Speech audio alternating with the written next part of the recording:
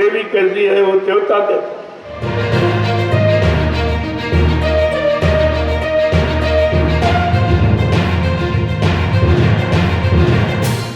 और सबको कह दिया माता।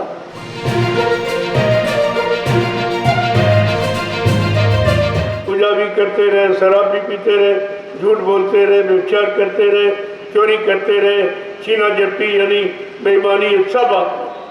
तो पूजा का मतलब क्या?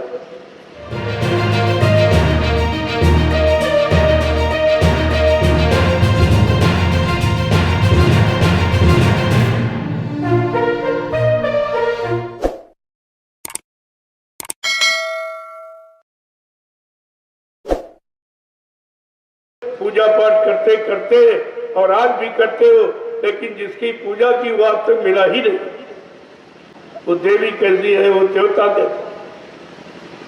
और सबको कह दिया माता। कहा ये काली माता है, दुर्गा माता है, तो पिता कौन है? इनका पिता बताए किसी को? और माता जब कहा जाए तो पुत्र पैदा करेगा, जब पिता ही नहीं तो पुत्र कौन पैदा करता है? लिया जाए सब झूठ, ये सब झूठा नकली ये बना दिया गया। किसी तरह आप लोग टिके रहो, अच्छे काम में लगे रहो, बुरे काम में न जाओ, बुरे खान पान में न जाओ, बुरी संगत सोबत में न जाओ, बुरे कर्मों में न जाओ। इसलिए क्योंकि आगे कलयुग आ रहा और संत महापुरुष आएंगे जीवात्मा को जगाने के। जब तुम पाक साफ निर्मल मिलोगे तो तुम्हारी जीवात्मा को बहुत जल्दी जगह के घर पहुंचा दे। लेकिन आपने तो किसी भी की बात मानी, पूजा भी करते रहे, शराब भी पीते रहे, झूठ बोलते रहे, व्यभिचार करते रहे, चोरी करते रहे, छीना झपटी यानी बेईमानी, ये सब बात। तो पूजा का मतलब क्या? ऐसी पूजा किस काम? इसीलिए आपको कुछ मिला नहीं, क्योंकि जो पूजा करनी चाहिए वो आपने की। गंदगी में कोई पूजा स्वीकार नहीं होती और गंदगी किसी को अच्छी नहीं लगती। अगर यहाँ गंदगी होती आप लोग बैठते? जब इंसान गंदगी में नहीं बैठेगा तो भगवान कैसे बैठे? अब गंदा खान पान करते हो, गंदे कर्म करते हो, कहते हो भगवान नहीं मिलता। हम भगवान को याद करते, सीताराम रातिन कहते, राधा कृष्ण कहते, शंकर भगवान का नाम सब पा लेते, लेकिन कोई नहीं मिलता। तो गंदगी में कोई नहीं, कोई स्वीकार ही नहीं करे। गोस्वामी जी महाराज को ये सब लिखना पड़ा कि है कलयुग के जीवो, अगर तुम सीताराम राधे श्याम को पाना चाहते हो तो तुम्हें क्या करना चाहिए? कि निर्मल मान जन सो मोहि पावे, और मोहे छल छी द्रह कपट नहीं भावे। कहते अगर तुम पाना चाहते हो, भगवान से मिलना चाहते हो, तो अपने मन बुद्धि चित्त को पवित्र रखो। धन वाला, बल वाला, बुद्धि वाला, रूप वाला, जाति वाला नहीं पाएगा। हमको वो पाएगा, भगवान कहते जिसका मन निर्मल पाक साफ पवित्र। आज तुम्हारे सबके मन गंदे, तुम तो किसी इसीलिए न सीताराम मिले न राधे श्याम। चिल्लाते चिल्लाते उम्र बीत गई और कितने मर के चले गए, कितने चले जाएंगे। जब तक सच्चाई का रास्ता नहीं मिलेगा, जिस रास्ते पर चलने से ये मिलते हैं सब, उस रास्ते पर जब तक नहीं चलोगे तब तक कोई नहीं मिलेगा। तुम्हारे जीवन का रास्ता ही गलत, और उसको आपने शुद्धिकरण कराया नहीं। किसी से शुद्धता कैसे की जाती उससे युक्ति आपने पूछी नहीं। ये तो जबरदस्ती संत महापुरुष बताने लगे, आपने पूछा थोड़ी था। आप जानते नहीं थे उनके पास क्या और क्या लेके आए, आप भी नहीं जानते क्या लेके आए। लेकिन उनकी ये दया कृपा मेहरबानी है कि बिना पूछे आपको बता रहे, बिना मांगे आपको दे रहे, लेकिन तुम रखना नहीं जानते।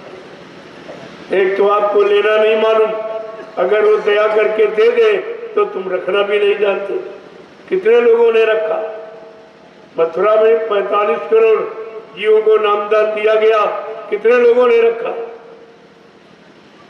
पहले ये देखिए, आप दिया तो गया और बिना मांगे और बिना कुछ लिए दिया गया, लेकिन रख नहीं पाया क्योंकि आपका पात्र गंदा था। किसी वस्तु को रखने के लिए पात्र और पात्रता दोनों चाहिए, बर्तन भी चाहिए और बर्तन की शुद्धता भी चाहिए, तब वो वस्तु उसमें रुकेगी। तो ये मनुष्य, ये शरीर आपका बर्तन है, ये पात्र है, इसी में दया रखी जाती।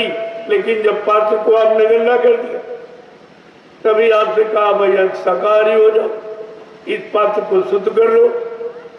शाकाहारी, सदाचारी, ब्रह्मचारी, ये 3 तरीके हैं इस मनुष्य रूपी बर्तन को शुद्ध करने के लिए। और तुम्हारे पास पहले तरीका नहीं, तुम शाकाहारी नहीं रह पाए, तो सदाचारी ब्रह्मचारी बनने का प्रश्न ही आपका नहीं। तो फिर कोई चीज रुकी भी नहीं।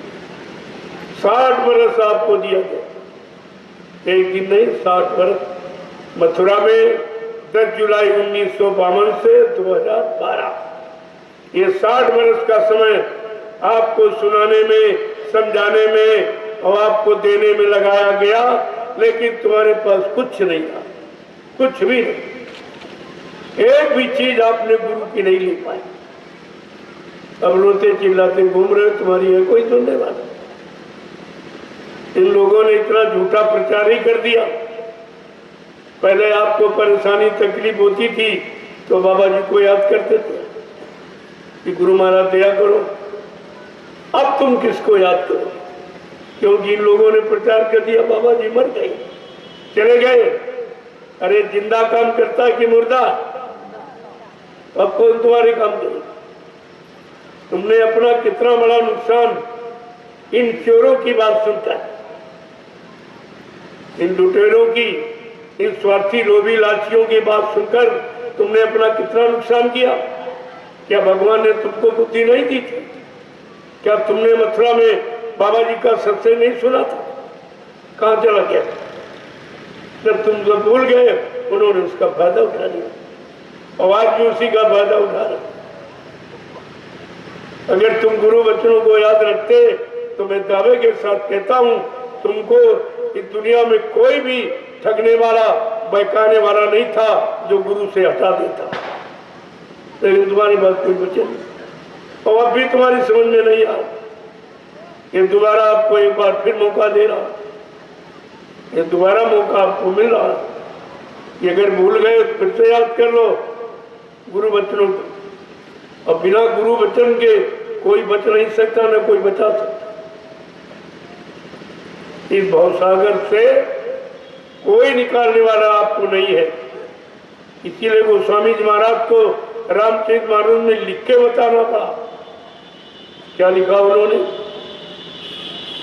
कि गुरु बीन भाव निधि तरह ना कोई, और जो बीरांची इस शंकर सम होई। कितना साफ साफ कह रहे, कितना कोई धनवान बलवान बुद्धिमान बन जाए ब्रह्मा विष्णु महादेव के समान, लेकिन ये भवसागर बगैर समय के सदगुरु के कोई पार नहीं ले जा सकता। और वो सदगुरु जो साथ में नाम जहाज ले आया, तभी तो बिठा के आपको ले जाए। जिनके पास गए उनके पास नाम जहाज आया। ये भी नहीं पूछा आपने कि हमारी जीवात्मा का कल्याण तुम करोगे? तुम कर सकते हो? तुम्हारे किसी के पास नाम जहाज है? और बाबा जी ने तो कहा था मैं इतना बड़ा जय गुरुदेव नाम का जहाज लेके आया हूँ, अगर सारा विश्व मेरे जय गुरुदेव नाम जहाज पर सवार हो जाए तो मेरे जहाज का एक कोना ही भरेगा। इतना बड़ा। तो तुमने ये भी नहीं विचार किया कि जहाज खाली लौट गया? क्या खाली लौटा के लिए? तो फिर लाए क्यों थे? लगाया क्यों था? प्रचार क्यों कराया कि भवसागर भरमो नहीं, ये प्रताप हमार, और निश्चय करके मान ले तो तुरंत उतारू पर। केवल मान ले, जान ले, पहचान ले, मैं तुझको तुरंत भवसागर के पार कर दूंगा। ये किसी ने नहीं कहा। ऐसा वादा करने वालों को भी आपने नहीं पहचाना और आज भी तुम्हारी समझ में नहीं आ रहा। तुम्हारी बुद्धि काल के हवाले हो गई। तुमने काल की शरण फिर पकड़ ली। वही सामान, वही पद, वही रुपया पैसा सेवाएं तो काल का सामान है। काल का सामान लेने वाले काल के जीव और उन्हीं के पीछे तुम दौड़ रहे हो। तो काल का जीव तो नरकों में जाएगा, उनके साथ तुम भी चले जाओगे ना। तुमने भी कोई विचार किया नहीं आज तक कि हमें क्या करना चाहिए, किसकी सुनना चाहिए, किसकी नहीं। तभी तो मैं आप सबसे पूछता हूं और यही कहता हूं, भाई मैं कुछ कहने और कुछ सुनाने आया हूं और कुछ आपसे पूछने आया हूं। इसके अलावा मैं कुछ नहीं कहता। कोई बात नहीं, कोई निंदा आलोचना किसी की, न किसी धर्म की, न मजहब की, न किसी जाति इंसान की, न राजनीति की। हाँ, सच्चाई को जरूर कहता हूं। अगर सत्य नहीं कहूंगा तो संत का द्रोही बनूंगा। जो संत वचनों को छिपाता है वो संत का द्रोही कहलाता है। जो गुरु वचनों को छिपाएगा वो गुरु का द्रोही कहलाएगा। जिससे धर्म की स्थापना होती, संत महापुरुषों की भूमिका व्यवस्था को जो छिपाएगा वो धर्म का द्रोही कहलाएगा। प्रेमियों, आज कलयुग में 3 द्रोह हैं और तुम तीनों द्रोह में फंसे। तो क्या तुमको कोई निकाल लेगा? जहां गए हो उनसे पूछो तो एक बार, क्या संत द्रोह से तुम निकल सकते हो? क्या हमको निकाल सकते हो?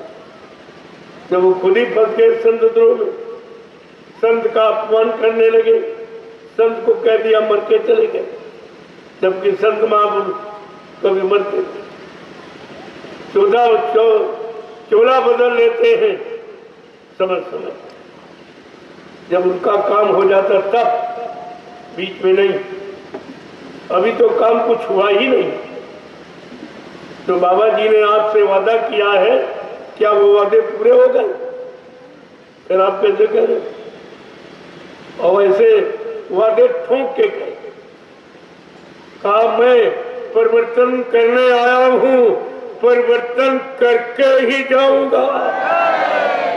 कोई भाई का लाल हमें इस परिवर्तन से ही न रोक सकता है, न मेरा काम कोई कर सकता है।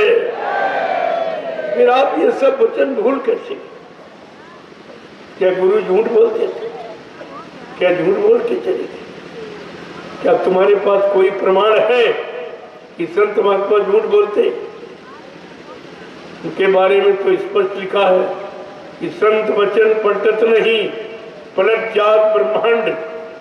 चाहे ब्रह्म अपनी ब्रह्मांड की रचना में तब्दीली बदलाव क्यों न कर दे, लेकिन संत जो कहेंगे वो करके दिखाएंगे। उनकी जबान दस्तावेज होती, अकाट सत्य जैसे कोई दिखा। तो तुम ही ने काट दिया, कोई नहीं काट सकता और तुम ही ने काट दिया। और चेले भी कहलाते हैं। आगे आगे आने वाले भविष्य में ये स्वार्थी लोभी लालची जिन्होंने झूठा प्रचार किया है कि बाबा जी शरीर छोड़ के चले गए, ये मुंह दिखाने का भी नहीं रहे।